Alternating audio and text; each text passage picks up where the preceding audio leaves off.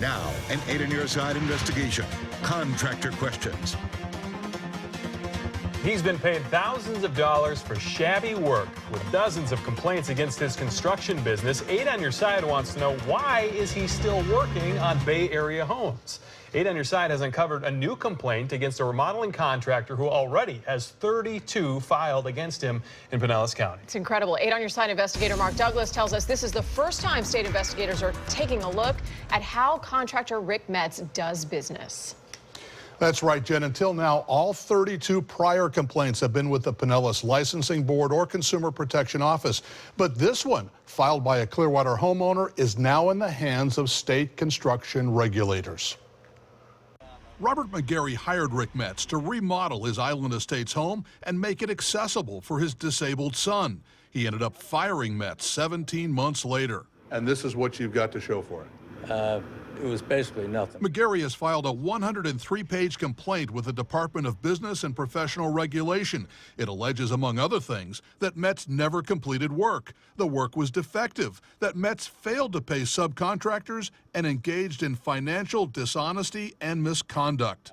Do not hire that man. What did you do for Mr. McGarry? Total remodel. You finished that job? No, we did not. You sure didn't? No. He says you didn't do anything.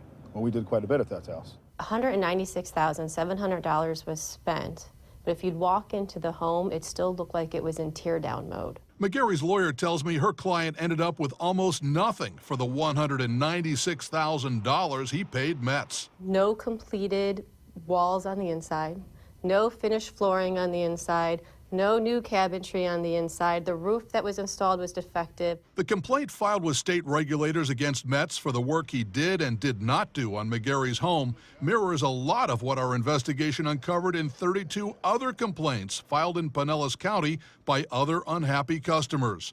One angry customer called Metz the contractor from hell. But to hear Metz tell it, his remodeling company, built by Metz, is one of the best. I've always stood behind my work. I've always done a good job.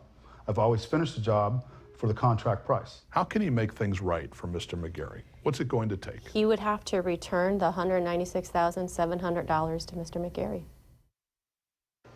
Rick Metz may have bigger problems than paying back $196,000. This complaint also alleges he knowingly wrote bad checks and either forged documents or arranged for someone else to forge documents, and those are potentially criminal offenses, Josh. Yeah, we're talking about a lot of money and a lot of problems here. Exactly. So what's next in this whole thing? Well, a state investigator will spend months looking at this, perhaps many months, but the significance here is that this complaint is the first one in the hands of state regulators. All the other ones have been in the hands of the county, so let's see where this goes. He still has a license, he's still doing business, and he says he's doing a great job. Okay, interesting to see how this turns out. Okay. Thank you, sir.